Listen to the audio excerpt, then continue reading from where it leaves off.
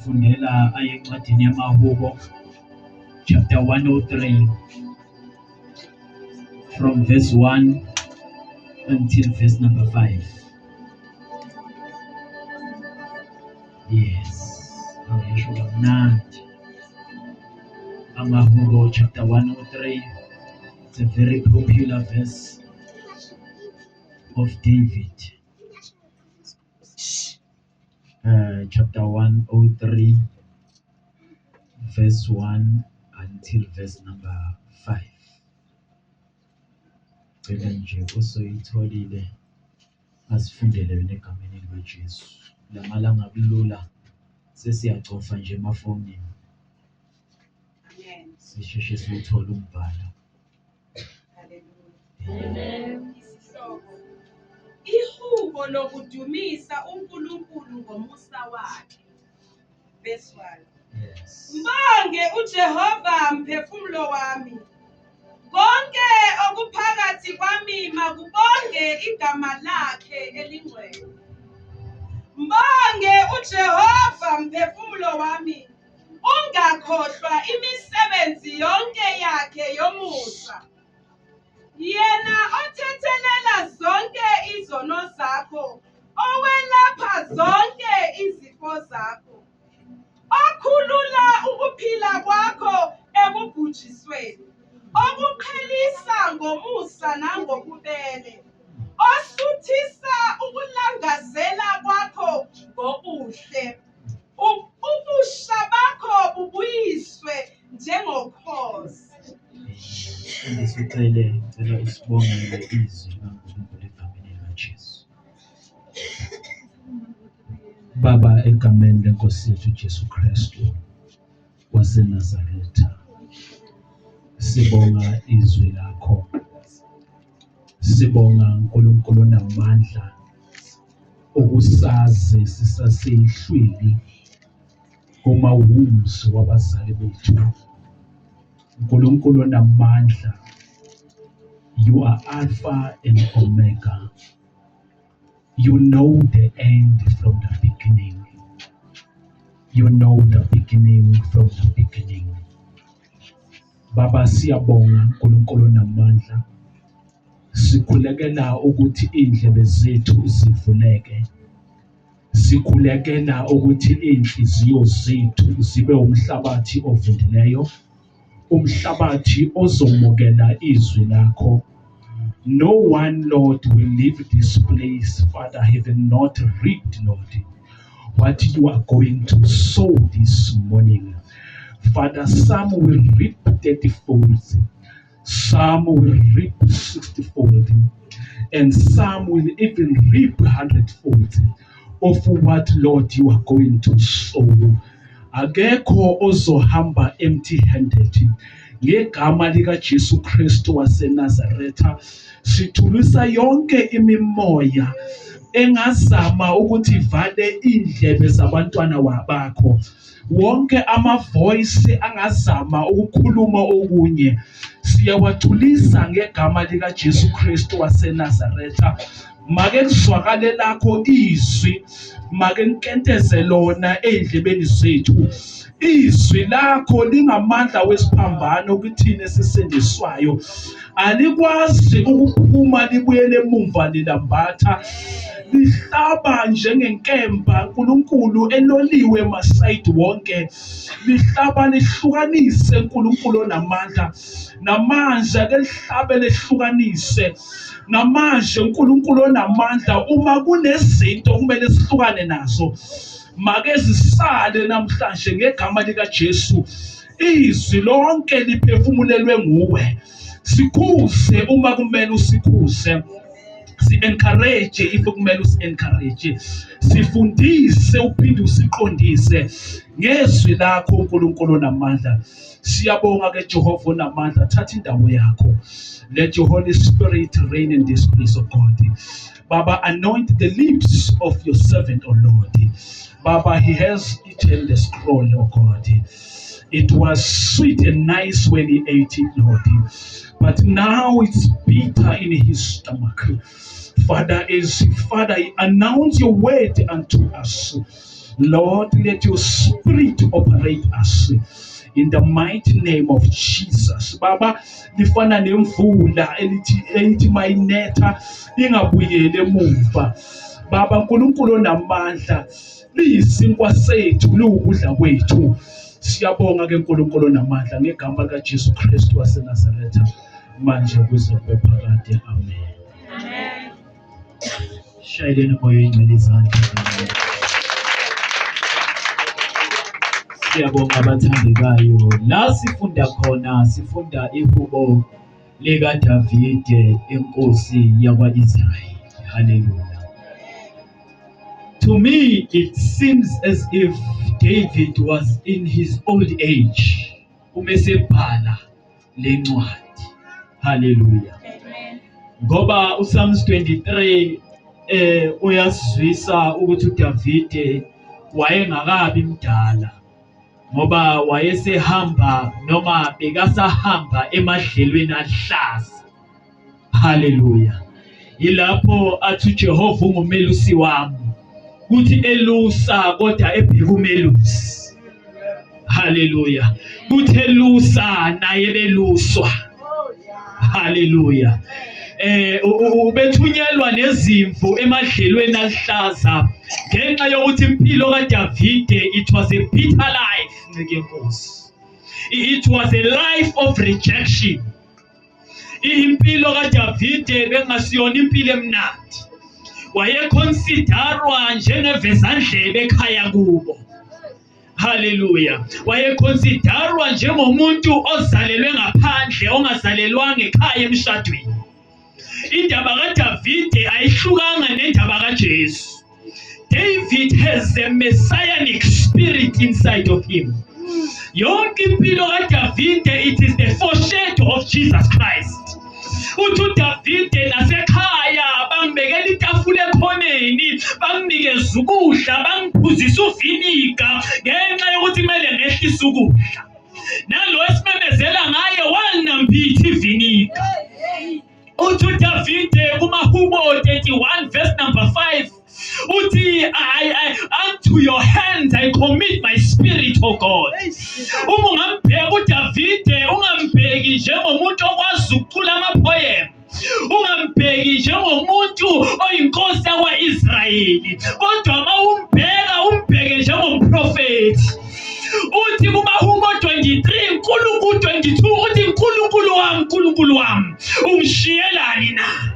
Uthi uDavide ngakho izinja zithathile ingubo yami zidlala ngayo amadayisi. Uthi uDavide bangibhobozile ezandleni naseyinyaweni.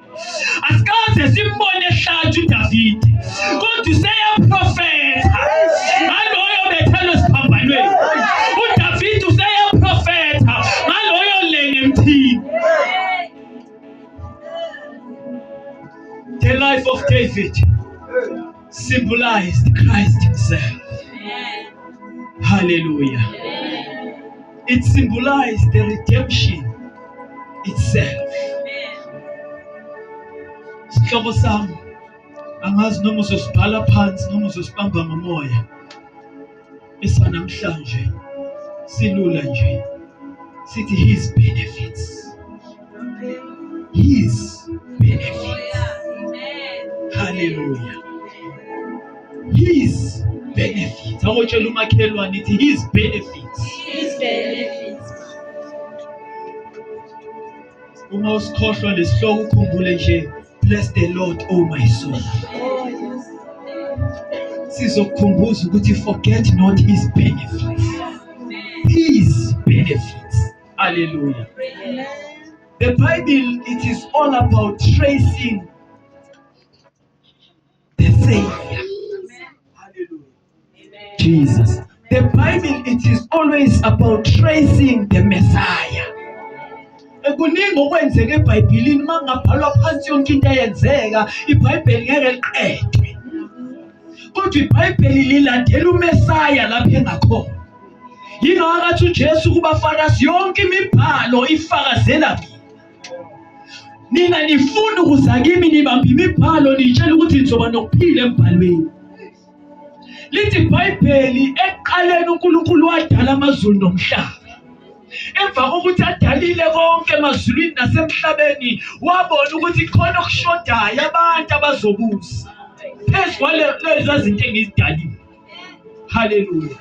Uma ebheka izilwane wayibona zingafanele ukubusa.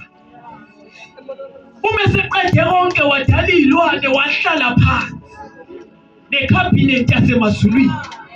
Wathi make senze umuntu ngomfanekiso wethu asifuze. Ufuna ungilandele ukuqala uhambe nami. Asifuze abuse phezu kwayo yonke into esemhlabeni. Lithi iBhayibheli wabadala wabawesilisa nowesifazane wababusisa. Akakamenzi umuntu kodwa usakhuluma nokuthathu. Haleluya. Lithi izwi likaNkulunkulu asifuze afane nathi. I want to speak about three things: the body, the spirit, and the soul. Ngaleso sikhathi the body was not yet created, but uNkulunkulu ubedala umoya nomphefumulo. The image signifies the soul. Njengoba ula esontweni asithi umfundisi ucele lo ogqoka isuthi, kodwa umfundisi ucela ungaphakathi kwalo muntu ogqoka isuthi. Umfundisi ucela ungaphakathi kwalo mzimba ogqoke lesuthi enhle kanje. Ngazi noma nimbonile uma engena ukuthi muhle kanje. Bese kuba nomoya. Umoya signifies the likeness. Umoya signifies ufuzo. The image you cannot change, but the spirit has a possibility to be changed. The spirit signified the likeness. Umoya, it is all the attitudes, the personalities, all the traits of God trapped in the spirit. The soul itself, it traced who God is. God is eternal. That's why our soul cannot die.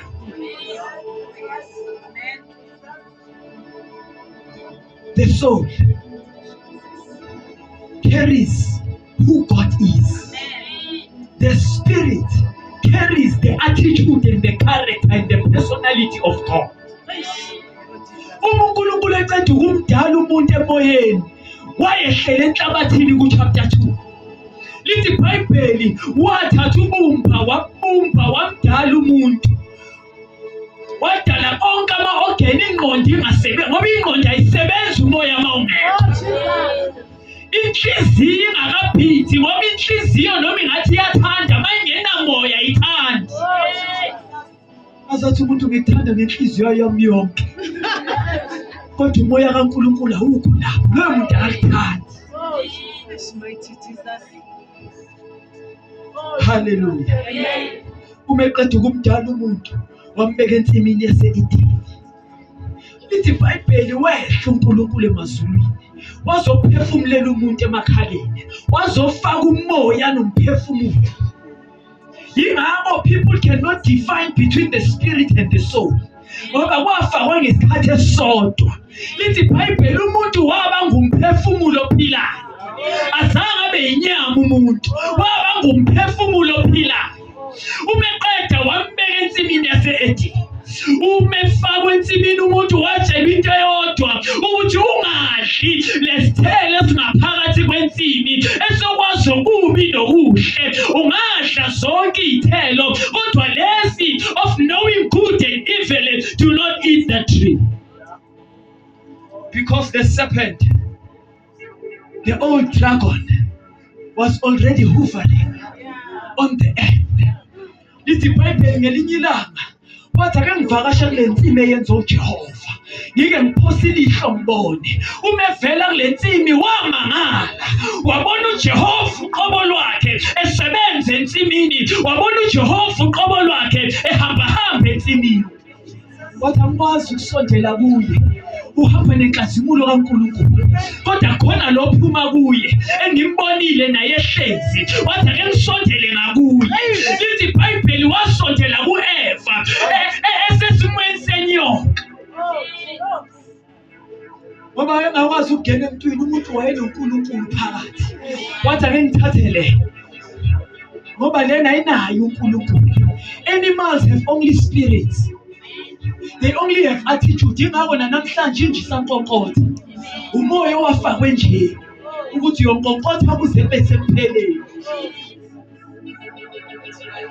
Wathi ake ngingene la enyokeni.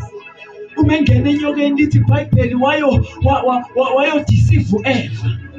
Wathi ushilo yini uNkulunkulu ukuthi sidle kulesithelo? Uthi uyazi ukuthi uma uzodla uyofana naye. U-Eva ukhohlwe into eyodwa ukuthi sefana naye vele. Lithi iBhayibheli wadla. Ungayehlisa ihayi nje mthojo, ungehlisela ihayi kancane. Haleluya, Jesus. Siyambonga uNkulunkulu egameni likaJesu. Ngathi thanda baphezulu kakhulu, ngazi noma izizwa mina noma abazalwane bayangizwa. Nje ukusiza efishane mthojo.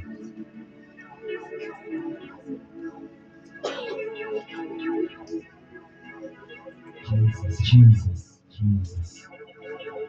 Hallelujah. Hallelujah. Hallelujah.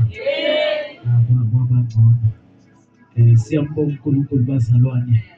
Kuthe u-Eva edla isithelo, uNkulunkulu utshela u-Adamu ukuthi uma ungadla uyakufa nokufa.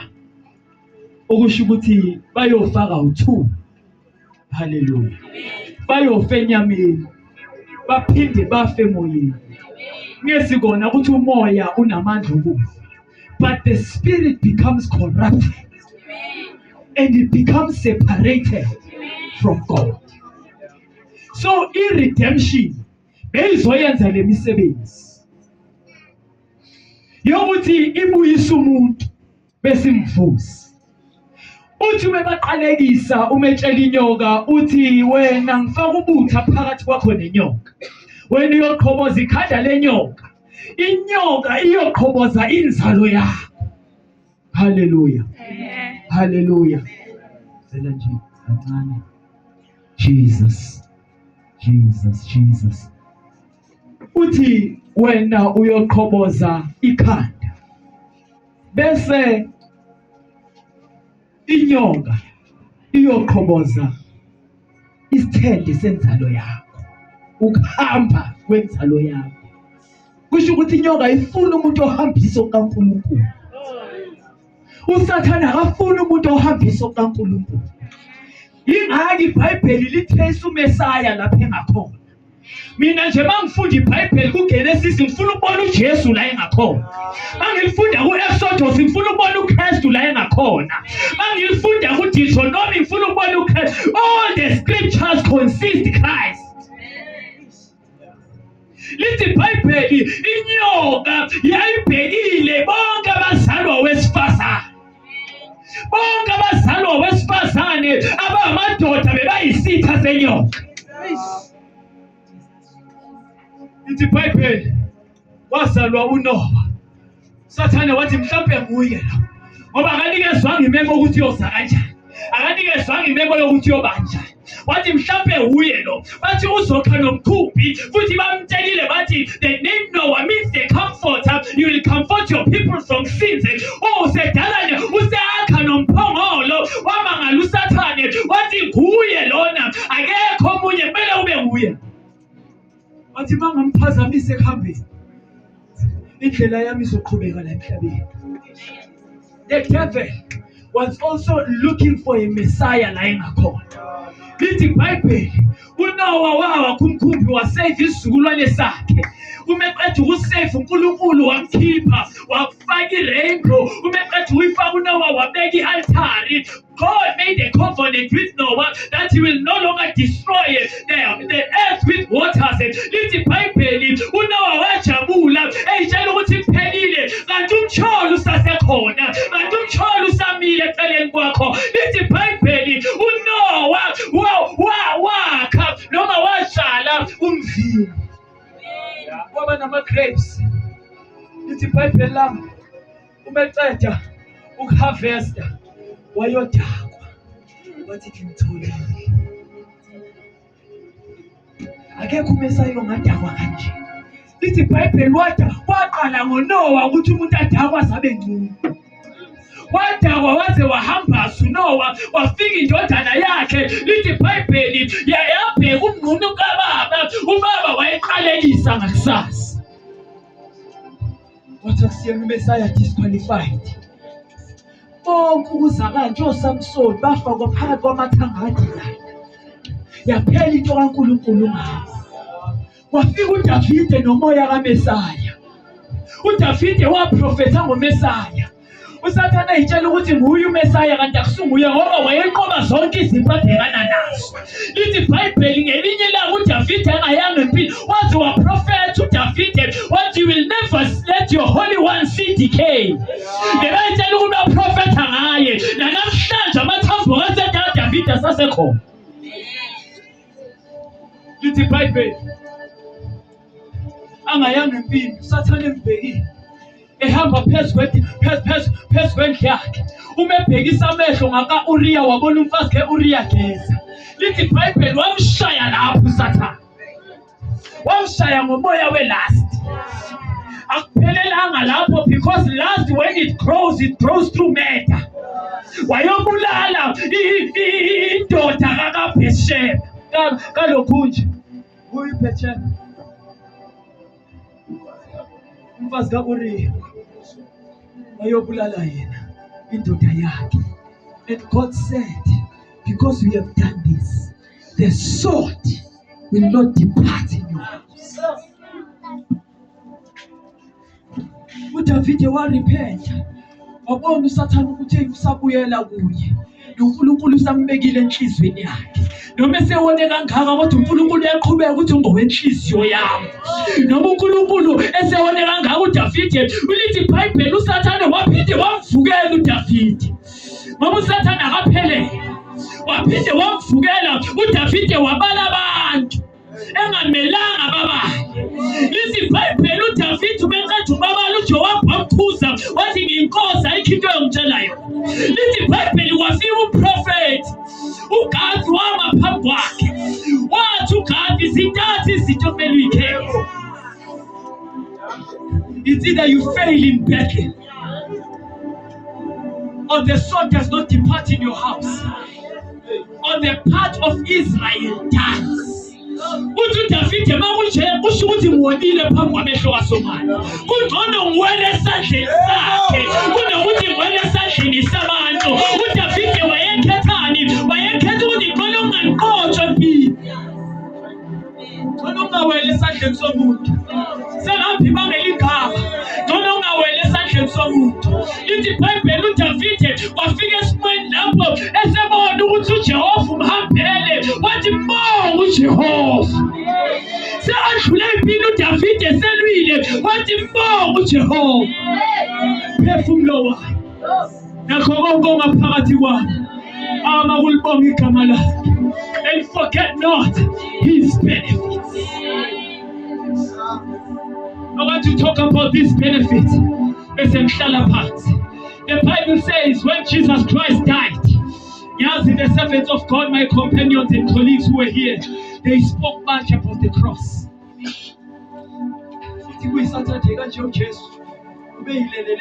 Namhlanje kwabaningi usalele ethuneni. Abadlala ikesh la ngaphandle. Usalele ethuneni bazenze into zabo. Baye emamall bayophuza utshwala bayodaba usalele. Sasa bayenza sure ukuthi basoba ngoba uvukile. Sikesh ngibone nabanye ubona ukuthi ukhwele edonkini alifuna ukuhamba idonki selikhathele. Baba omdala nekholona phezu kwedonki. Ngibona ukuthi kudlala isketch samadimoni. Lithi izwi likaNkulunkulu uJesu elenga esiphambanweni. Wakulenga umzimba esiphambanweni. Nomoya nomphefumulo wakhe ngaphakathi kwakhe. I want to narrate what Jesus Christ did on this day. Ngoba kulelanga akenzanga izinto esizibona ngamehlo. I-dictionary ishilo ngathi iyakuhlanganisa umoya nomphefumulo. But when you read the book of 1 Thessalonians chapter 5 verse 23, the Bible says God himself, the God who makes everything holy and whole, may make you holy and whole, put you together, spirit, soul and body. Kula aseparator khona ukuthi makangcwelise anenze nibe ngcwele emoyeni, emphefumulweni nasemzimbeni, and keep you fit for the coming of our master. Umoya nomphefumulo nomzimba mele zibe kwi-right standing. When the Messiah comes, he must find them in the right standing, that he may make us holy. On this day, the body of Jesus was in the tomb. Lithi iBhayibheli uma bembethela bayenza sure ukuthi lesandla bayasifasa esiphambanweni, bese basifase badonse lesi ukuze amaphapha wakhe avuleke. Lithi iBhayibheli wahlatshwa.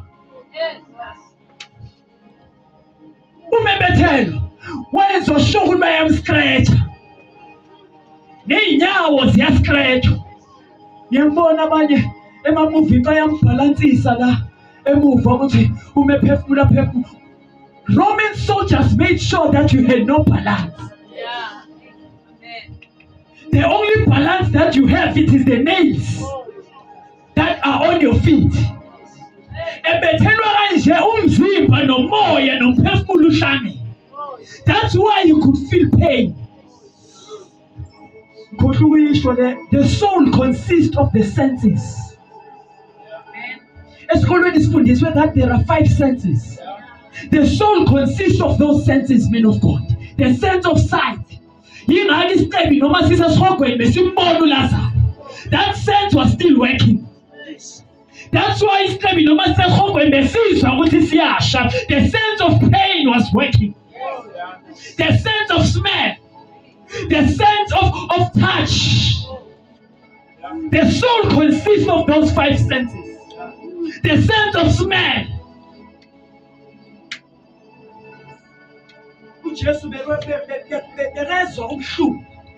Because his soul was still there and his spirit was still there. That's why it is called crucifixion. It means the excruciating pain. That was the final death sentence of the Roman soldiers. Hebrew, no Mama Israel, they considered scourging the final death sentence. Jesus Christ, 39 scribes. And Pilate believed, I won't crucify him. With scourging Paul. Lithi iBhayibheli bebefaswa belengiswe Pauli naked bekhunyulwa babengcunu. Ingakho lithi iBhayibheli kuIsaiah 53 wayengabhekeki, wayenganasimo sokuthi simbheke. Lithi iBhayibheli umelengiswe kanje washaywa ngesitswebu. Lesasitswebu sibizwa ngokuthi a lip deep whip. Uma sishaya indoda mhlambe eyenza okubi njengoJesu bebathi wenza okubi, beyishaya isuke nenyama. Umishaya beyisuka namathambo, sambe besuka namathumbu uma ungamanga kahle. That's why bebathi death sentence. uma bekushaya bebangalinaki ukuthi bakushaya bebangathi sikushaya emqolo kuphela. Uma bekushaya noma idlule esweni beyisuka nelifa. Yingakho uJesu wabona ukuthi angibizelwa ngokufela la. Kodwa indlela yami iphelela khona. There is a thing that is called Via Dolorosa. Yizwe manje ama-theologian afundile. Dolorosa, it means the 14 stations of Christ. Ukuye eGolgotha. Uhambe indawo wama elibelawa ka-14. Bethi kuyaphela ngaye. That's why bazababiza nowezizwe uSimon waseKrete bathi wozomthwalisa bebasho ukuthini namaGentile ayongena la. Nabezizwe bayosithwala isiphambano. Bahambe naye baye eGolgotha. Nathi ama-Afrika sinelungelo sokuthwala isiphambano. Sihambe naye inkosi siye eGolgotha. Le ndoda beyize ku-vacation yaphambana nendaba kaJesu. Yena yethu bengakazi ukuthi kenzakalayo. Amasotsha bembona emangele bathi wozomthwalisa. Ababembona ukuthi ngathi angaphelela endleleni. Kodwa amaJuda bewafuna yofika esiphambanweni. Wafika esiphambanweni angasenamandla. Wafika esiphambanweni esephelele. Angazi mina amazwi ayisikhombisa wakhuluma kanjani. Lithi iBhayibheli esinye icebo masimbheka sambona deformed. Kodwa wabona lesicebo ukuthi no inkosi le. Athi umkhumbulo mawungena embusweni wakho. Uthi uJesu namhlanje azizwe lesingaki. Uthi namhlanje uyoba nami eparadise. Hallelujah. Funa ukukhuluma ngendaba kaJesu asengcwabeni. Ngoba namhlanje akushumayeleki kahle abafundisi mhlawumbe abanye abazi ukwenzakalayo. Lithi iBhayibheli wabethe i-cross. They made sure that you do not die anyhow, but you die a slow, painful, excruciating death. Awubulawa ukuthi bakubethele kodwa ubulawa ukuthi awusakhona ukuphefumula. The heart stops uba ne-cardiac arrest. Amaphaphu noma evulwe kanje awakhona ukuphefumula. In order for them to breathe, they were supposed to pull themselves. And when they pulled themselves, there was pain on their knees. Uma beyehla, there was pain on their wrist. uJesu mezokhuluma bekumele aphakame. Bese ayakhuluma, ayehle. Lithi iBhayibheli kwaba mnyama umhlaba wonke. Those were the omens that changed the soldier. Abanye bathi bengaboni. Kodwa kwazamazama umhlaba. Lithi iBhayibheli kwavuleka amangcwaba. Kwabonakala abantu lemizimba engcwele, the celestial bodies abasemoyeni ibona bodwa bekababona. Bebahamba eJerusalem. Lithi iBhayibheli kwadabuka umheqo wethempeli. Bekhetisa mfana lawo. The curtain, it was a thick curtain. Its thickness you could not even tear. Kodwa ngalelo langa umelenga umethe esandleni sakho ngiyawubeka yini umphefumulo wami. iBhayibheli lithi ngibe I put my spirit. The spirit of Christ went into the hands of God. The soul of Christ went to Hades. The body of Christ went to the tomb. Umethe ubeka umphefumulo, amazulu adabuka. When a Hebrew man was mourning, uDavid ezila ukudla bekadabula ingubo yakhe from top to bottom. Even the curtain was teared from top to bottom. Okusho ukuthi uNkulunkulu uqobo lwakhe in the mercy seat bekadabukela indodana yakhe evulela bonke abantu ukuthi make bangene ngayo. His benefits. His benefits. Lithi iBhayibheli uma engene ethuneni wangena umzimba womile. Uma bemhlisa ezohliswa uJoseph ose-Arimathea noNicodemus, abafundi bakhe bebamlandela in secret. Lithi iBhayibheli besewomile uJesu ngoba wafa kuqala kunalaba abawu-2. uJesu actually azange abulawe, wayinikela. Ngoba kuze laba bafe bekumele baphulwe amadolo, bangasayitholi support yokuphefumula. Kodwa uma befika kuJesu bambone esegebisa ikhaya. Lithi izwi likaNkulunkulu isosha elilodwa ebeliне-experience lathi ufuna ukubona ukuthi usaphila yini. Lithi iBhayibheli wahlatshwa ohlangothini kwaphuma igazi namanzi. In order for the sacrifice to be truly a sacrifice, all blood must be spilled out. Lonke igazi kumele liphume for it to be burnt. Lo Jesu bekumele kuphume igazi. Mase kuphuma amanzi bese kubonakalisa ukuthi ayisekho enye into engaphuma ngoba umuntu wamanzi. Lithi iBhayibheli wayehliswe wome njalo. For them to take another hand to be like this, it was a work. Bayithatha zowu-2 izandla bayigoqa.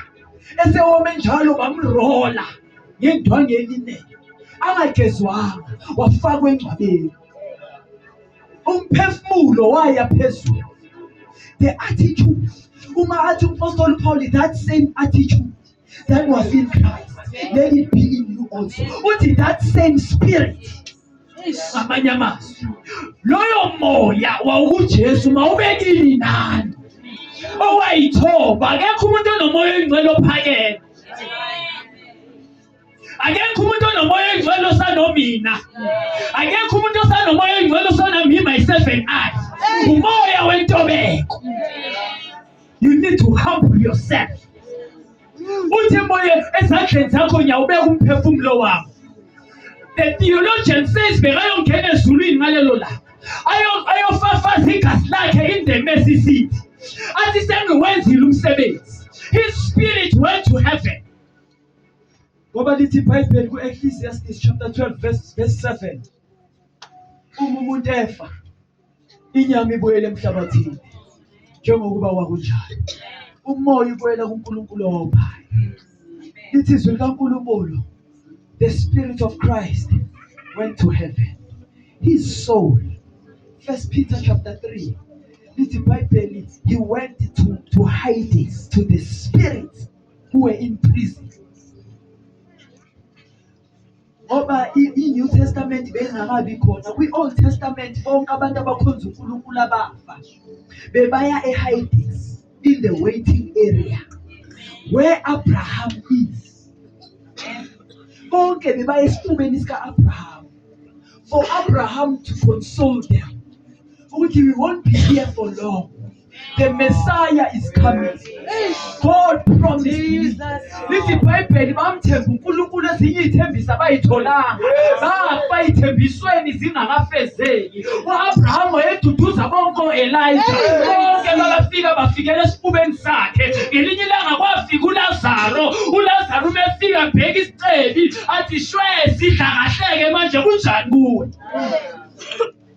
Wathi baba Abraham ngiyacela thumela uLazaro. Okusho ukuthi isicebi besibona ukuthi uLazaro usaphila. Usangakhona ukubuyela emhlabeni isinabuso. Kodwa la engikhona noma ungathi sibaningi sidla izona eMountain City kulungile. Usasela emhlabeni vele nibaningi. Kodwa ngale kwethu la kuyakhona izona esihogweni uyozizwa ngathi wedwa. Oh Jesus.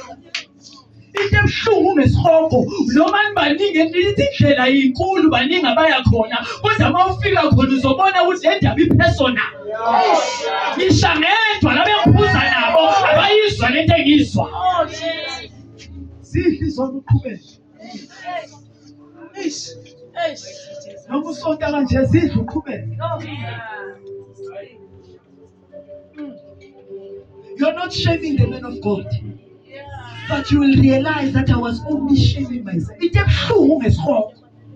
ukuthi abantu bazobe baye endaweni engalungiselelwanga bona.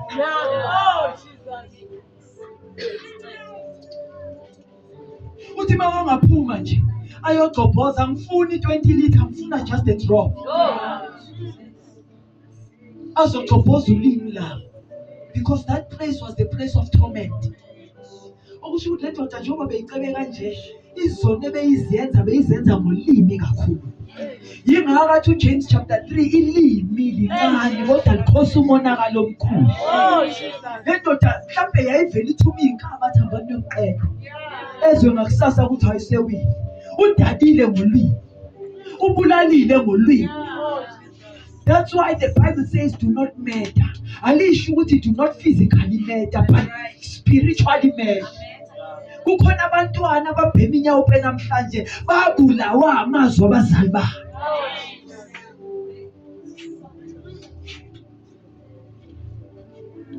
Lithi iBhayibheli uAbraham wathi akukhonakali. Besithanda kona ukukusiza mfoka Sicebe kodwa akukhonakali. Ngoba bangale abasakwazi ukuza. Nabangapha abasakwazi ukuyena. There is a gulf between us. Ngabonakala ngathi siyafana manje. Kodwa kusasa uma there is a gulf. Nkosi yami. Those who were in the waiting area, noma bevuka angeke baze bavukele eparadise. Bayovukela into the eternal death. Ngoba umphefumulo mfundisi ucela ufi. And this is a mystery.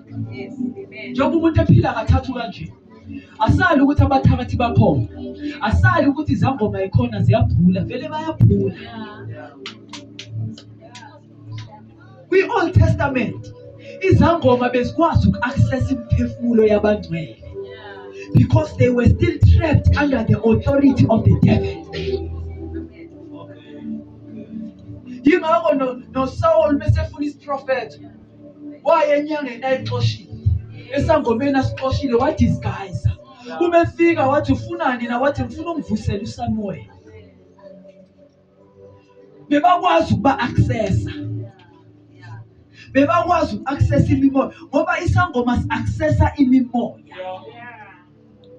Idlozi, it is a fallen angel that can enter into a person so that he can access mediums, so that he can move to another sphere of the realm of the spirit and come back with the spirit.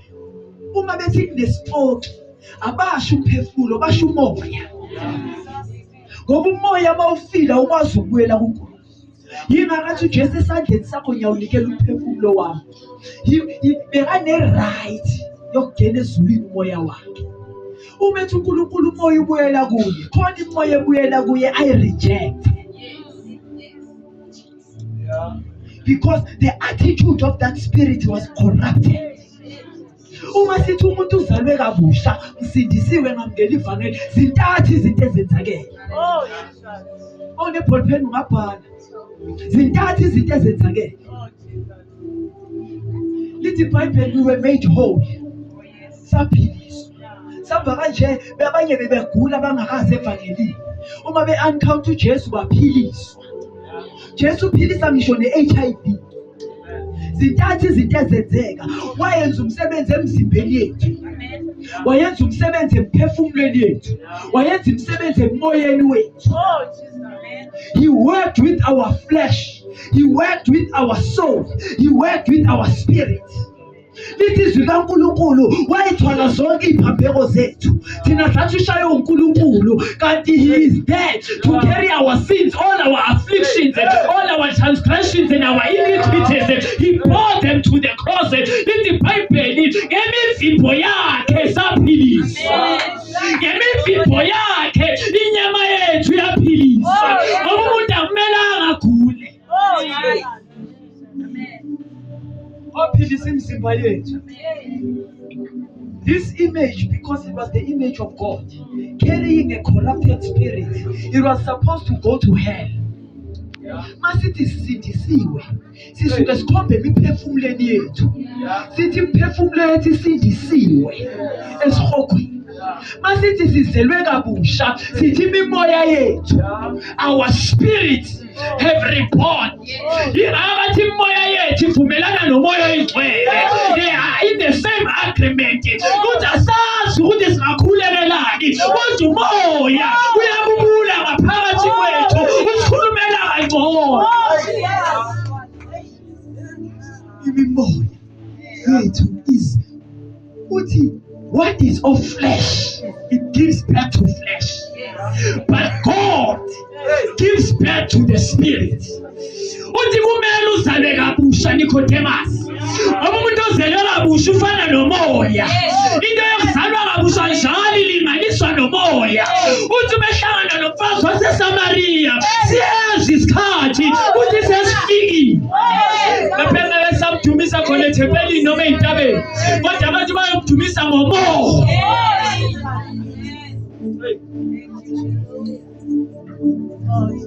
We were born again in our spirit.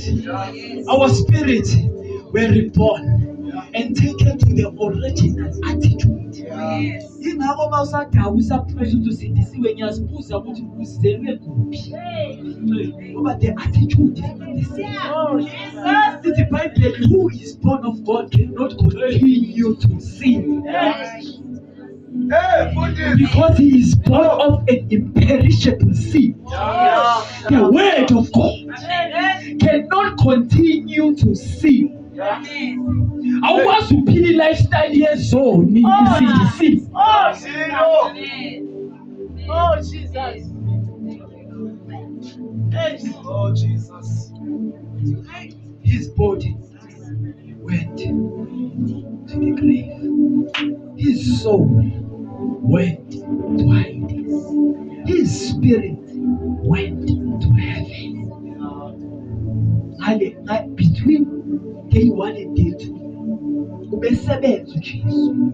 Lithi iBhayibheli umoya wakhe wehlela ngenzansi. Ngaphambi kokuba ehlele enzansi isibanga esenzeka. I'm just talking a mystery ayibhalwanga eBhayibhelini. Shilo ngathi ezinye izinto ayibhalwanga. Wangena umuntu otebhisa amakhuluko eparadise. Wangena umuntu otshayisa amakebhisi eparadise. Engene ebhanga engahambi kahle. Oh, wathi uAbraham wathi nonje uyolala la ngeke khona ka. Wathuka oJobe bathi mina ngihlupheke kakhulu lo ongena aqalula kanje wenze njani. Wangena umuntu ebhanga. Wangena umuntu ehamba ngeside. Wabuzwa wathi wenze njani wathi uthe uzakuba nami.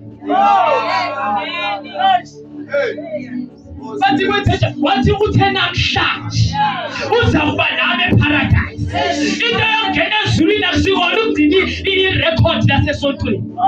Kodwa yokholwa.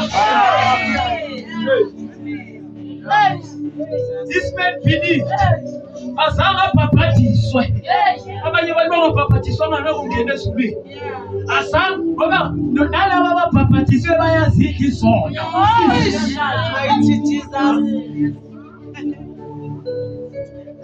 Lithi iBhayibheli wangena etebhisa amabhuku. Wathi obethele esibhabhalweni uthe namhlanje uzoba nami. Angakambeki uAbraham esifubeni. Obesengena uJesu.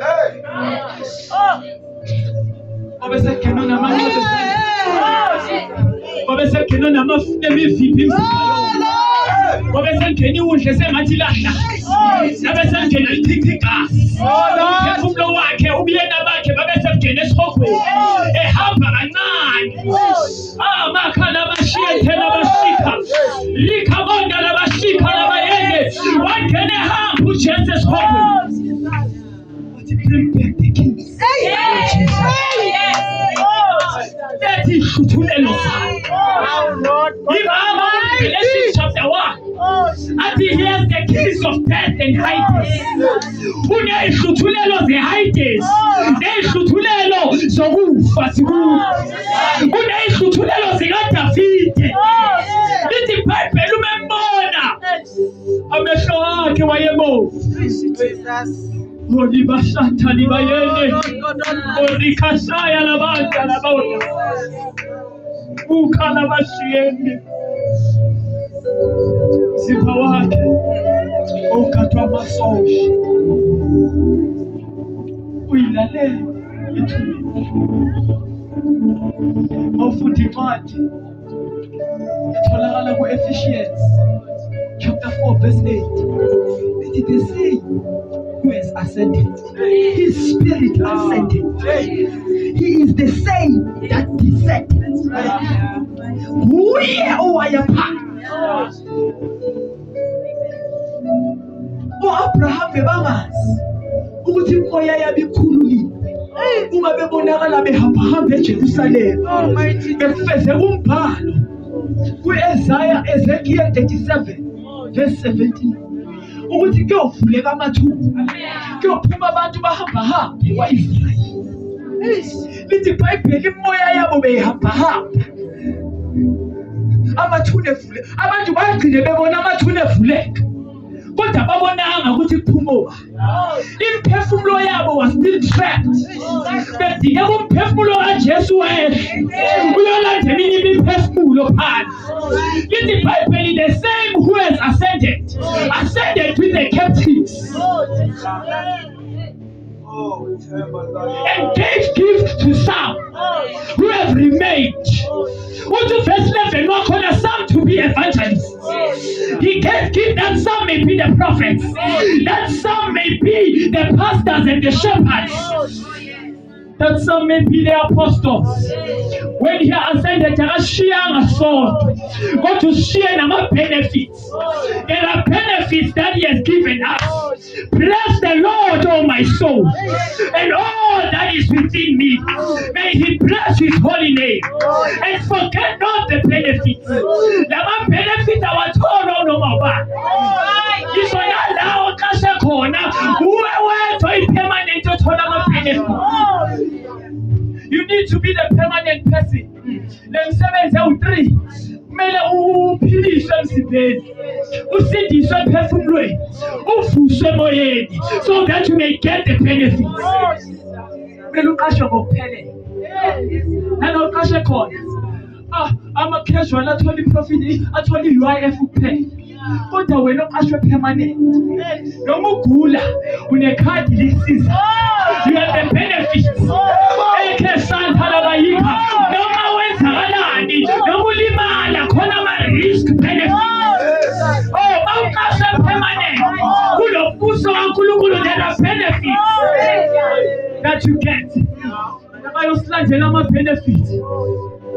Lithi iBhayibheli that waiting area yo-Abraham umeqeda uphuma ney'hluthulelo waphuma nabo, iy'cebi zasala zodwa ekhaya ngoba into beyibaduduza bekuthi khona esibabonayo bayahleka. Into beyibaduduza ukuthi khona abafowethu nabo besiphila nabo emhlabeni bayahleka. Ake ngithintele emdlule, ngiyithintile ngayeka. Iy'nyanga nezangoma may'phula ziphula kubantu abangasindiswanga kuphela. Jesus. Uma manje usindisiwe, they cannot access your spirit. They cannot access your soul. Because lithi iBhayibheli ku-Revelation 7 bahleli phansi kwe-altar. Uthi uJohn mawumbheka ngababona bebaningi bemphethe iy'ngubo ezimhlophe. Imphefumulo yabo yemphethe iy'ngubo ezimhlophe. Imoya yabo isesandleni sikaSomane. We are inaccessible. Yingakho nala emhlabeni singathakatheki. Ngoba uthi uColossians 3 verse 1, ngakho-ke sivuswe naye sihleli naye kwelesithathu izulu. We are seated with Christ in the right hand seat of the Father. Njengoba sisindiswa, imoya yethu iyathathwa ezulwini. Yingakho uMpostoli Paul sizalwa kanye kabusha. Kodwa we are saved every day. Yingakho athi siyasindiswa, sizosindiswa.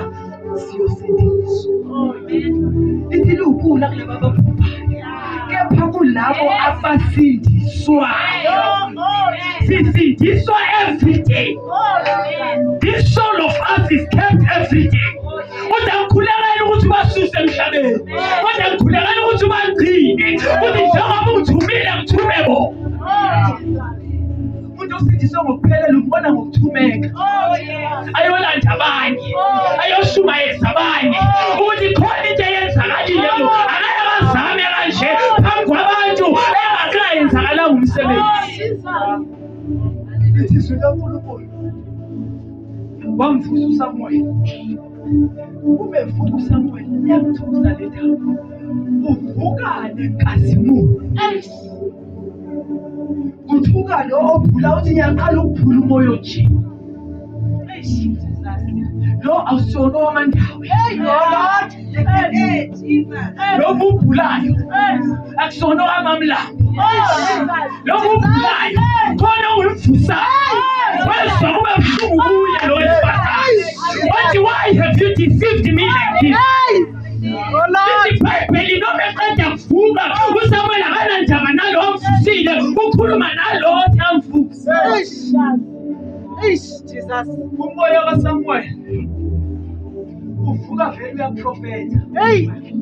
Ngoba into oyenza la angalu uyayenza. Jesus. Uvuka vele sekayaprofetha. Uthi wena uzoya empini futhi ngeke ubuye namadodana akho. Ngeke azabuye empini. Then he's left. It is with uNkulunkulu. That happened that same day. Umekada kuyenza. Okusho ukuthi our attitude sifanayo. Uma sivuswa sivusa nayo. Uzwe bathi lesasipoki lesiya asishayana. Sisipoki nje lesiright. Khona bangixoxela ngase saseNatali. Bathi sihlale sicela ilift njalo. Uma siceda kwilift awusayi la uyakhona. Sixoxela ngendaba yaso ukuthi yazi khona icala lami engalungiswanga kahle. Ne-police station ngaleso sikhathi. Awusabona into yaphi. Uthi ayicela ungihlise khona la akusenankinga ngizofika. Mawusuthi uyabheka lo uthi uyafika ngasekho. Mawuthi uyangena e-police station uyabuza sowudidekile uthi angisazi angazi la ngikhona. Ngihambe nomuntu bathi ayuyinkinga loyo muntu loyo wafela la omthole khona. Jesus. Ngoba yonke imphefumulo efingasindiswanga.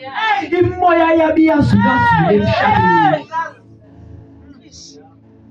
These are the spirits that they are working with in the kingdom of darkness. Mighty Jesus. Uze bathaza imphuphu baba ethi ulambile ethi uyakhala. Ngoba la khona vele akuhlekwa kuyakhala.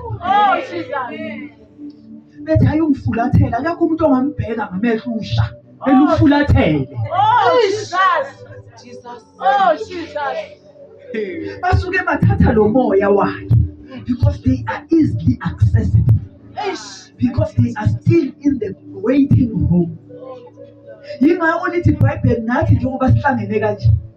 Asizange entabeni ethintekayo. Asizange entabeni ehlukile. Kodwa size kwiJerusalem elihle.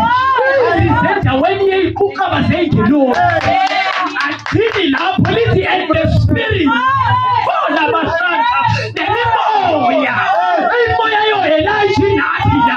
Imoya yo-Mishama Abednego inathi la. The spirits of the righteous Mighty are Jesus. with us.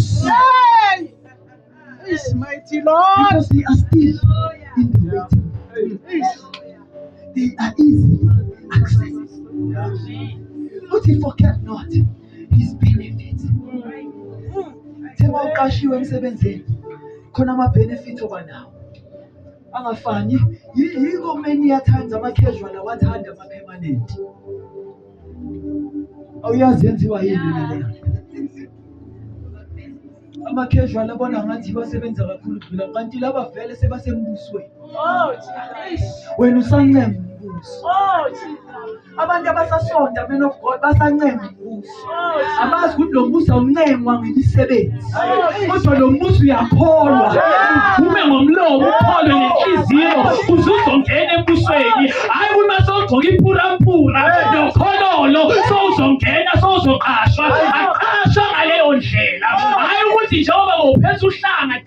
uye ku-park service sowuqashiwe, aqashwa ngaleyo ndlela, aqashwa ngemisebenzi emihle esiyenzayo. The grace of God is all about the works that we have done, so that you may boast. But you were saved by grace through faith, and we believed in Him. Listen, now we have peace with God through what Jesus Christ has done, not what we have done. Now we stand in this grace. Oh, see some say, these benefits are the grace. The Bible, with the fullness of His grace, He gave us grace upon grace. Wasinikeza umusa phezu komusa. Lithi zikaNkulunkulu, He who pardons all my iniquity. I want you to write these 5 benefits. Listen, the first benefit, it is the forgiveness of sins. uDavide wawabona lama benefits awesiphambana ngakafiki uJesu. Wathi he who pardons, yena othethelela zonke izono. Wena mawusakhonza umpriest, uyovuma ezingaki umpriest, uyeke ezingaki, uyovuma emntwini nayo xa kweyezayo. He who forgives, the first one, all my iniquity. And iniquity ifana ne-software. Bakucela uzokuzwa kahle. Ifana ne-software e-installwe emntwini to do wrong. That's what iniquity is. Noma ufuna ukwenza kahle, kodwa wrong ukuvele kuqala. Noma ufuna ukukhuluma kahle, uba umfundisi, oku-wrong uvele kuze kuqala umhlelo. Yingakho njalo abantu abahlebayo, those who have iniquity of gossip, bayagossipha bathi asimkhulekele. Bagcina ngento ekumele baqale ngayo, ngoba ngabe ngiqale ngokumkhulekela bengeke nizeni imhleke. Yes, mighty Jesus. He who forgives all. Umefika yena thathi. Lithi iBhayibheli wayeshumayela kugcwele kanje, kungangeneki emnyango. Lithi iBhayibheli abangani bakalo uma befika babona ukuthi angeneki, ngeke sikhole ukungena, because baze kulo othethelela. Lithi iBhayibheli baqhaqhuphana. Cela ngazi wena ngoyo wayenzani. Bebhizi nje ngophahla odlula kanje olifakile. Bayiqhaqhuphana, bamyehlisela kuye pulpit. Lithi iBhayibheli babamyehlisa bonke wanqamuka intshumayelo wayeshumayela uJesu. Lithi iBhayibheli uJesu bebheka wabona ukuthi la madoda anokukholwa, lo akakho. Wabona ukukhona kwala madoda amehlisa. Wathi izono zakho. He who forgives all your sins, he who pardons all your iniquities. Izwi likaNkulunkulu kwamangala amaJuda ekhona, wathi unjani lo thethelela isono. uJesu wathi ukuphi okulula, ukuthi izono zakho ithethelele nokuthi phakama thatha uhlala. Lithi same time endoda yasuka, ngoba uma uthethelela izono uyasuka kuleyo ndawo ohead kuyo. Uma sonentethelelo awuhlale emagqubini. Uma unentethelelo awuhambi namagqubu ukuthi babazange akukhulise. When you have this benefit, you can also forgive. That is the first way of the 7. Bathethelelo abakwazi abakwenza. Forgiveness is so bitter that it's so hard to forgive. Ngoba bazi kahle abake baye enyangeni bayazi ukuthi umuntu obabayo yiwo lapha. Bahlela gogo bathi bake bakupha.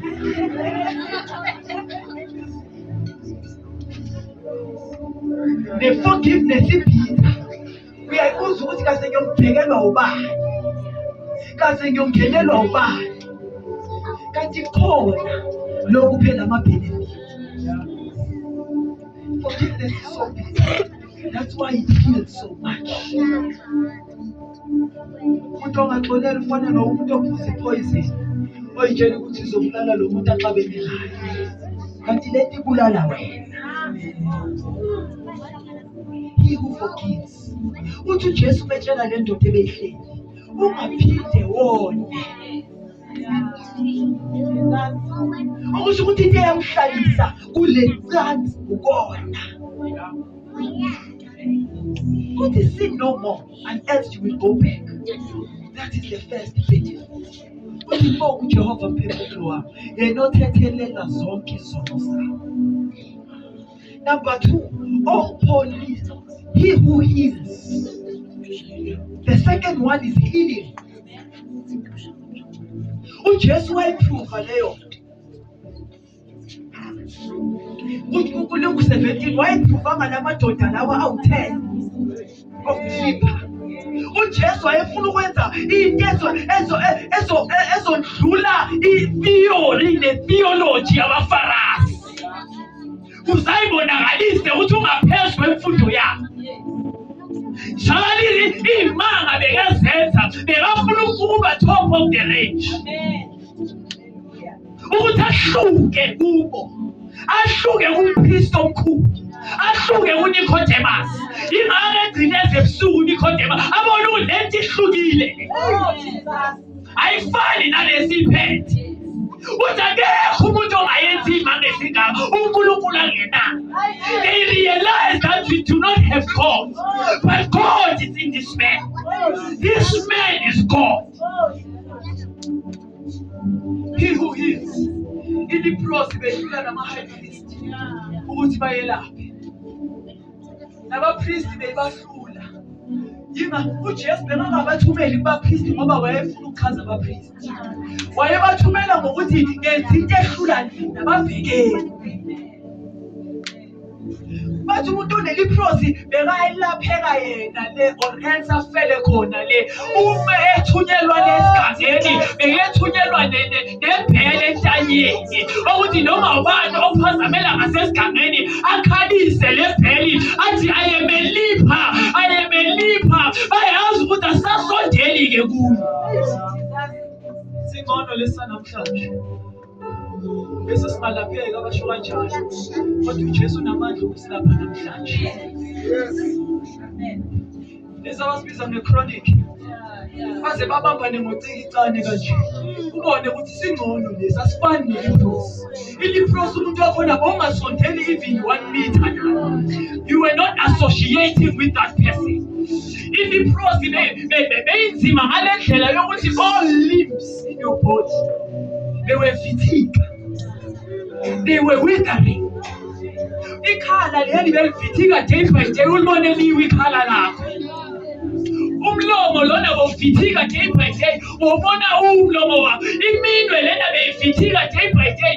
Iminwe lesenyaweni beyivithika day by day. All the limbs in your body they were withering.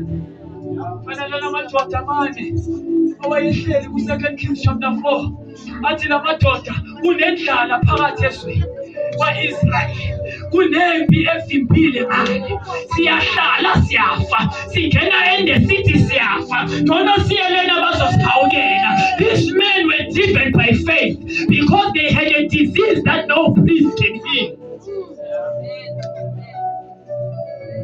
Those men, they were healed by faith. But when they took the steps to go there in the camp of the Amorites,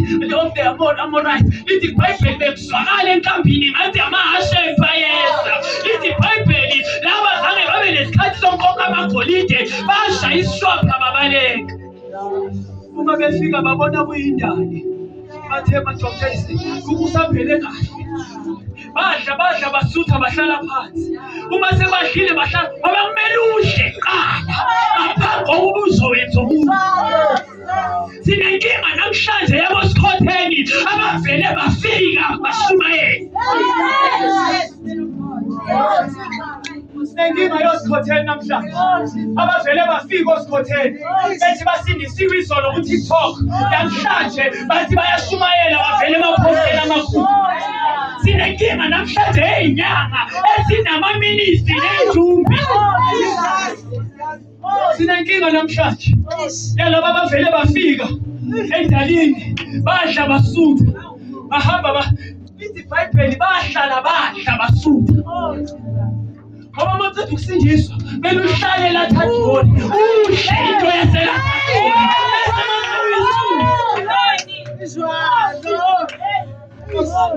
TikTok abadlali abafika endalini bavele bayoshumayela bavele kuma-posta bathi bayahosta bahosta yonke lento. Hey, mighty Jesus.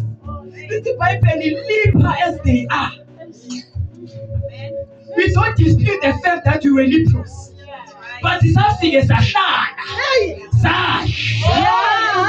sadla lokho esidliswako safike sadla endalini. Mighty Jesus. Azange sisindiswe kusasa sashumayela. That's right. Noma ngabe uzalelwe kuyinsindiso akusiwo wakhe yilabo abazana bayini.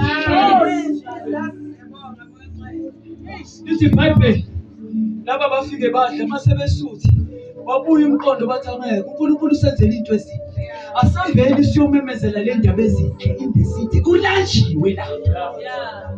Ngoba kuyinkinga ukuyomemezela ukuphuma komuntu ofika endalini wayomemezela ngoba usalambile na uyokudlisana umuntu olambile. Ingakho bakutshela ukuthi plant ama-seed benganakho ukudla bakudlisa kona bakuprofetha ama-underwear. Ngoba yikho into abayidlila yikho into abayibhodla ngoba lento oyidlile into ozoyibhola. Umuntu odla iCoca-Cola uzobhodla iCoca-Cola. Umuntu ophuza i-black label uyobhodla i-black label. Angeke uthi uphuza i-black label uyitshela ukuthi uyobhodla iCoca-Cola.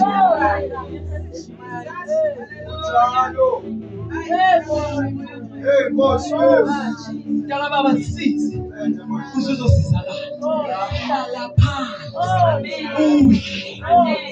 uJesu uthi balambile ngeke baze bafike emakhaya bayobulawa indlala endleleni. Bahlaliseni phansi. Into kaNkulunkulu imultiply mawuhlele phansi. Azange phakamise nabo baphakeme ngoba inkinga lento bawuphakeme ngoba nayo iphakeme. Ayi le iphakeme izokudakwa nawe mawuphakeme. Ayifuna abantu abaphakeme abafuna ukuvela. Hlala phansi udle. Sit down and eat. Tell makhelwane sit down. Tshela ngezaza kulandi bakhulisa ngizomtshela ukuthi kusho imfundiso ukuthi ona kanje. Jesus. Lithi izwi lenkosi babahlalisa phansi uJesu. Uma bethatha ehlalisa phansi waphakamisa bathi baba usisa. Then they ate. They were well fed. Baze bakushiya nomunye bashiyela abanye. Lithi iBhayibheli bebefika enkambini yama-Amori badla basutha bahlala phansi. Mind you, these were lepers. Lithi iBhayibheli bangena emzini. Mina into engiyaziyo ukuthi ama-lepers awangena emzini. Axoshwa safika. Kusho ukuthi laba baphiliswa ukukholwa basaya enkambini. Uma basaya enkambini amakhala wabuya. Uma basaya enkambini indlebe zabuya. Ngoba bawuya enkambini, bawuya enkonzweni, bawuya yohlanganyela nabangcwele. Kukhona izinto ezibuyayo. Akhona izinto ezibuyayo.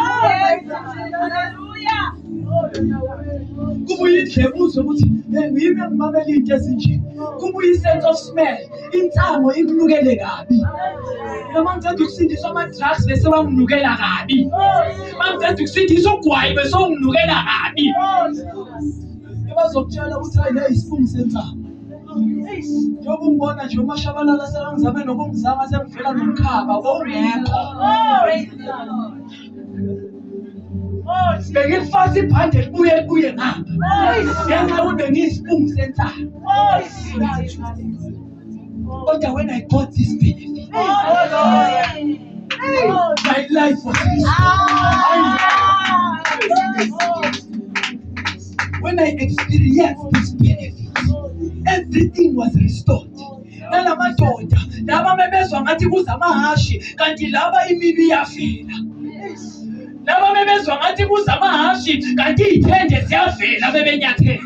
Lithi iBhayibheli uma befika bafika be-right. Ngento yokuthi amalepha bebangasayinaki. Ngenxa yokuthi uma sesenkonzweni khona ezinye izinto esingasazinayo. Khona ezinye izinto esingesanga nje abantu. Sesibheke le ndalo esinikezwe yona. Sesibheke lama-benefits esiwatholile. Lithi iBhayibheli uJesu wathi endlule esigangeni ngoba bekuwumuntu wey'ganga. Wamemeza amadoda ayishumi bathi indodana kaDavide ngoba bebona lo moya okuJesu ukuthi lo moya wawukhona kuDavide. That's what lived. That's what yinto eyenza uJesu noma ethi uyaqhubeka bengaqhubekeki. Ngenxa yokuthi bambize ngendodana kaDavide bevele ame. Ngenxa uloya moya bokuDavide ukuKristu. Lithi iBhayibheli wama uJesu wathi hambani niyoyibonisa kubapristi. Lamadoda lawa wezwa lezwi ukuthi akusilona izwi nje lihamba nama-benefits. Ngoba noma sishumayela kanje asishumayeli nje lihamba nama-benefits. Lithi iBhayibheli lamadoda wahamba endleleni uma ehamba yonke into beseyibuyela esimweni. Lithi iBhayibheli uma befika umpristi waqale wa-interviewer uma wakuphi uzeleni ngoba kuya-interviewa namhlanje emasontweni ukuze bazokuprofetha kahle emabamela. There's a sister. The Spirit of God says that sister is coming from inner day. Like here the Spirit say, J. Ukuzile before ungena. Mame la senza ngathi uyaprofetha ngathi uyaprofelaya. Sengiyafana. Lithi izwi likaNkulunkulu uma befika lo wokugcina wathi are you coming from the land of Samaria? Umpristi wavula umthetho wathi owezizwe kumele angangeni. Wathi mase ngiphile kanje ngcono ngibuyele kulo wangilapha. Umpristi wakhathazwa yileyo nto ukuthi thina sazi ukuthi iprofesi iliprosi ilashwa uNkulunkulu. Lo ubuyela kubani owamlapha. Lithi iBhayibheli wafika enyaweni zikaJesu wabonga ukuthi usephila. He who heals all diseases. Owelapha zonke izifo. Nalesi singalapheki seliprosi uyasilapha. Number 2, he who heals all diseases. These are the 5 benefits. Mina la ngisebenza khona basicisha nawo. Kodwa uJesu wasipha wonke aphelele. The first one is forgiveness. He forgave all our sins. The second one is healing. He healed all. Esiphambanweni, these were the benefits that were happening. Esiphambanweni wathethelela, wasiphilisa ngemivimbo yakhe. Noma egula usibahle ngivele ngibeka isandla ngithi ngemvimbo yakhe uphile. Ngaphambi kokuba umama wakhe ephuzise ngoba omama bayashesha. Hayi khona siyathandaza baba kodwa khona iphilise engilazi. Khona umuthi engiwazi. Bayathi sivula amabhegi manje uzowabona ama-paracetamol. Angazi noma ibhegi yomama ikliniki noma yini. Baya komama bayi kobaba. Ama-pharmacist. He who heals all diseases. uJesu bese siphambanweni uma umzimba usahlangane nomoya nomphefumulo bekayosithethelela zonke izono zethu ayoselapha zonke izifo zethu. Lamasonto weyigubha yapholisa walaphi ayayidambisa into idambi thumbi ngoba seyifafazwe ngamanzi ithumbi ngoba khona ezisaba amanzi, khona ezisaba amakhandlela, khona ezisaba iy'mpepha, khona ezisaba ama-oyela zidambe thumbi. Kodwa igama likaJesu lisusa susa zonke impethu noma bathi bakuthele ngesithitho semathi ngegama likaJesu uthi niyobeka izandla kwabagulayo bese bayaphila. Asithini esiphilisayo kodwa wethu ubeka izandla. Kuthi uphila nini kanjani asazi, kodwa thina sibeka izandla. Kuze baze bamfundisa kanawo amandla kusiwona wethu. Indaba ikuwe nokukholwa kwakho ukuthi uyakholwa yini lo esikusho. Kephi imvimbo yakhe siphilisiwe sathethelelwa izona. When he went, uma qeda ukufa wangena ethuneni. Umzimba wakhe sewuwenzile umsebenzi bekumele uwenze emizimbeni yethu. Umzimba wayophumula ethuneni kodwa umphefumulo wakhe lithi iBhayibheli wehlele enzansi in the prison lapho Abraham bebeboshwe khona. The third benefit, he redeems. He is the redeemer. Athi Solomon ku-Songs of Solomon, he is the kinsman redeemer. Nguye osiredeemayo, nguye osivusayo. Oh Nkosi yami, ngazi noma bayayizwa abantu le. Who redeems your life from the pit. The Bible says he went to the pit, to the souls that were in prison, and he preached to them. That's why no man will be without excuse. Ngoba nalaba bafa before Christ came, why are you abashumayeza? Abashumayeza esihogweni. That's why all men will appear before the judgment seat of Christ. Bayoyilanda ngama-attitude wabo ukuthi bebenzani basasemhlabeni. He redeems your life. Your life is your soul. He redeems your soul. Uthi uJesu zanini kimi nonke ninenikhathele nenisindo. Uthi nizothola ukuphumula. Hayi kwenyama yenu, hayi komoya wenu, kodwa kwemiphefumulo yenu.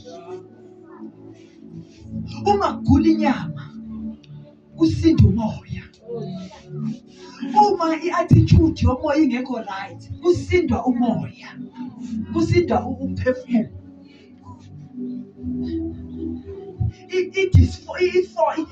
Umphefumulo unayo i-fault because it is the image of God.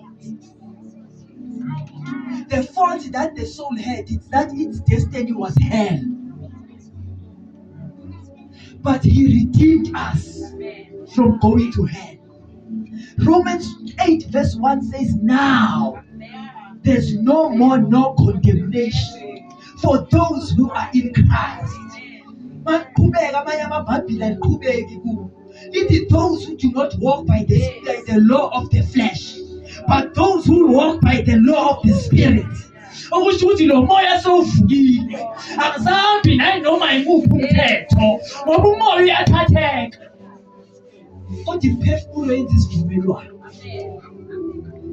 Ingakho nabathwalisanayo abafuna umoya wakho bawisaphi? Bafuna umphefumulo. They want your life. He who redeems us, that is the fourth one. Is it the third or the fourth? The third. The translation bahlezi. Kuyasho ukuthi bahlezi bayadla bazosutha. He redeems us from the pit. Uma yahlele esihogweni wayosiredeema. I said Jesus wanted to be the top of the range. Lithi iBhayibheli makahamba wahlangana nomngcwabo wendodana yomfelokazi waseNayini. His intention was not to ukuthi avuse lo mntwana. His intention bekazwela lo mama. Ngoba nje indodana bekuyindodana yakhe yokugcina and bekumfelokazi. Okusho ukuthi indlalifa beseyihambile. Lithi iBhayibheli wavele wayidlulela kunomfundisi ophethe incwadi emnyama ohamba phambi kwebhokisi athi uNkulunkulu uphile, uNkulunkulu uthathile. uJesu wathinta ibhokisi wathi ngithi kuwe ndodana vuka. Waphela wavuka ibhokisi yavuka indodana. Wathi uJesu amphambi yodla. Ngoba bonke uJesu abavusayo bayodla. Unjani wena uvukile ongafuni ukuyodla? Wena uvuse ekufweni ngoba bawufile phambi kwenzako. Unjani wena ungafuni ukuyidla lento? Olalayo bakushunyayela unjani wena? Ubani ongabonelele e-restaurant? Unjani? Uthi akahamba yodla. Ngiyacabanga le ndodana yadla ukudla komngcwabo wayo njengo-Elliot.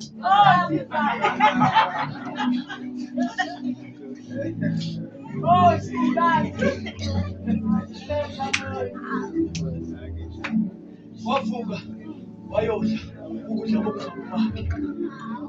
Washo wathi bantu lophile mani. Mama akasileki kanje stamp. AmaJuda wamphikisa wathi bengafanga le ndodana beyikukhoma. Vele thina AmaJuda ukholwa kwethu kumi kanje ukuthi umuntu kumele andlule 3 days. Then after 3 days we will consider that his soul has departed to Hades. His spirit has departed to dry places or to God. After 3 days. Ngathi Jesu futhi bengingathi ngiyamvusa. Bengizwela lo mama. Manje sizohlala la eNayini. Ngeke sisheshe sifike eBhethani. Lithi iBhayibheli esakhuluma kanjalo kwahlasela ukugula uLazarus. Lithi iBhayibheli bayibhala incwadi. Bathi omthandayo, he redeems us.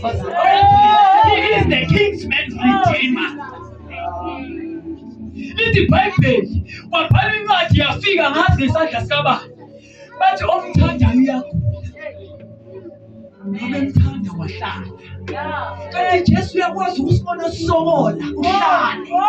Kanti Jesu uyakwazi ukusibona sizila ukudla uhlale. Kanti Jesu uyakwazi ukusibona sisenda ama-petition uhlale. Kanti Jesu uyakwazi sihlangane njengebandla sithandaze uhlale. Hlaleleni Jesu. Ukubonakalisa inkazimulo yakhe. He redeems us. Mele kubonakale ukuthi he is higher than the high priest. He is the priest and the king. Kumele kucace ukuthi ungubani. Bekangajahanga ukuyofika esiphambanweni. Wahamba ama-Passover ayi-3 eLibelaya. On the 3rd one kula besefeze konke emgcwabeni. Ngoba umuntu uthi waye le Pasika leli ulishintsha lingoMashi lingoJanuwari kanti kwenze njani? Ubone ukuthi abafundisekanga abantu. We are living on the Roman calendar. OJanuwari, aboMashi, aboMeyi, aboJuni, aboJulayi. Mvumele mfundisi. AboMashi, aboJulayi, those were the Roman idols. UJulayi njengomsika ubani manje? I don't know which God was it, but May was the God of fertility. February, it was an idol of fornication. Untolanja, nakuhlola khona izinja. February is my month. I am February. Bakhona abo JJ, bakhona abo JD. Izinto ezenzeke emabandleni. And abazi ukuthi they are changing the form of worship in giving. iPassover yafomeka in the Jewish calendar. Uthi uNkulunkulu mekhuluma nabo ku-Exodus. This month of Abib, it is your first month of every month. That was a Hebrew. Namhlanje it is called Nisan. It is a month that takes January, April and March together. Lenyanga lay overlap from March until April. That's why iPasika ngeke lifane.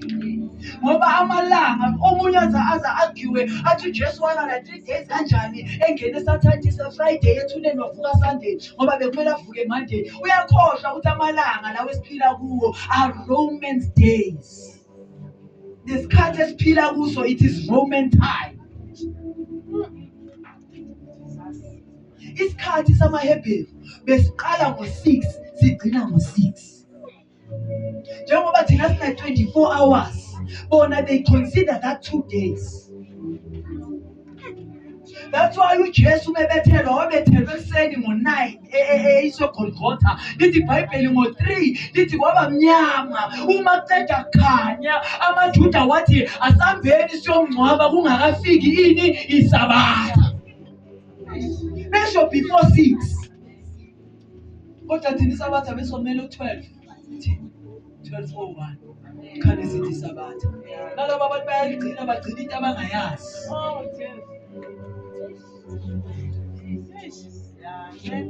Lithi iBhayibheli wahlala noma seyizini incwadi. Makudlula ilanga lesine bathi omthandayo akasekho. Wahlala futhi wangcwatshwa, azange abe umfundisi omkhulu noma eyaziwa. Ngiyacabanga nalabaFarisi bathi asimngcwabi niyobona niphuma kanjani. Ayindlela nayikhethela ukulandela loya. Njengoba singabafundisi bendawo asimngcwabeli lo muntu, ngibonani nenza njani. Lithi iBhayibheli umfundisi wabo wahlala kunjani. Bese bakleyime nokukleyima la kukleyimwa khona bangabe bekuklenywa ngalela langa. After 4 days wasukuma uJesu wathi asambeni siyomvusa umnewethu Lazarus. He redeems us from the pit.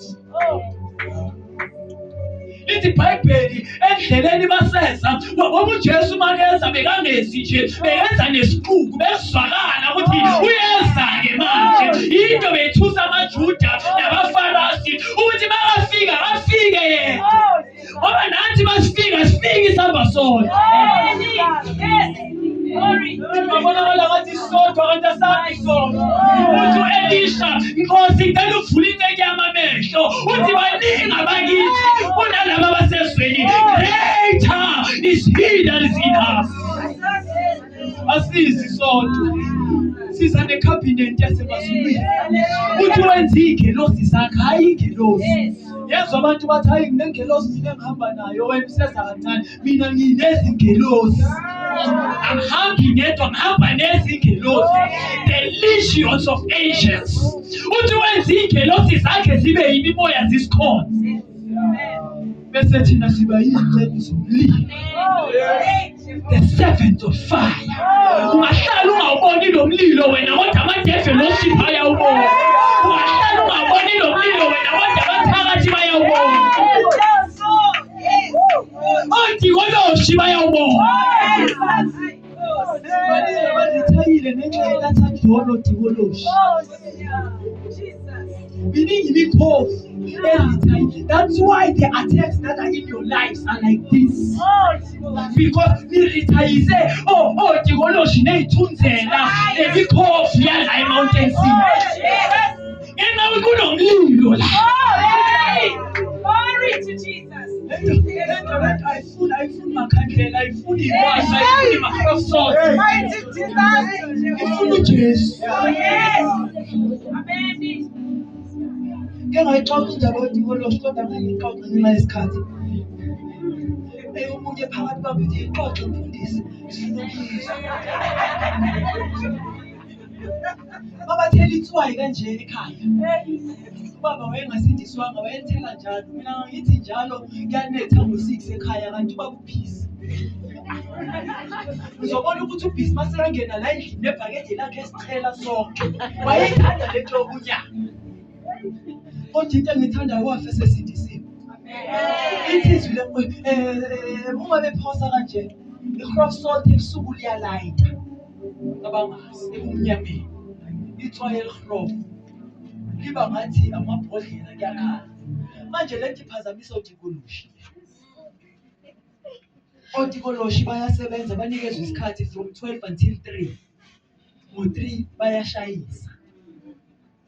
Basebenza ngey'nkathi zobumnyama. Uma efika udikoloshi letswayi ligcwele la, uzodobha lonke letswayi leli, alidobhe. La sefika eminyango sekhathele udikoloshi. Sekhathele ngale ndlela yokubhekana dobhana notswayi la endleleni. Ufika vele eminyango seku-1 minute.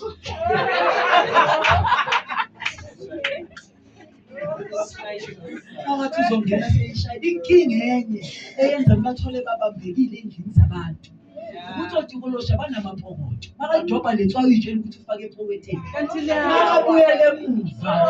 Lenkinga akazwani nokhanya. Lenkinga isamumethe. Uyalidobha letswayo alidobha. Kuze kushaya isikhathi sokuchayisa.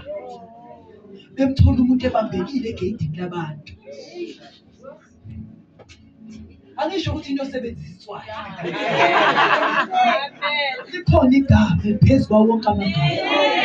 Ukuthi bawuthandaze ubiyele ngalo. Abangeni nokugena babona umlilo. Bathi kuyashisa.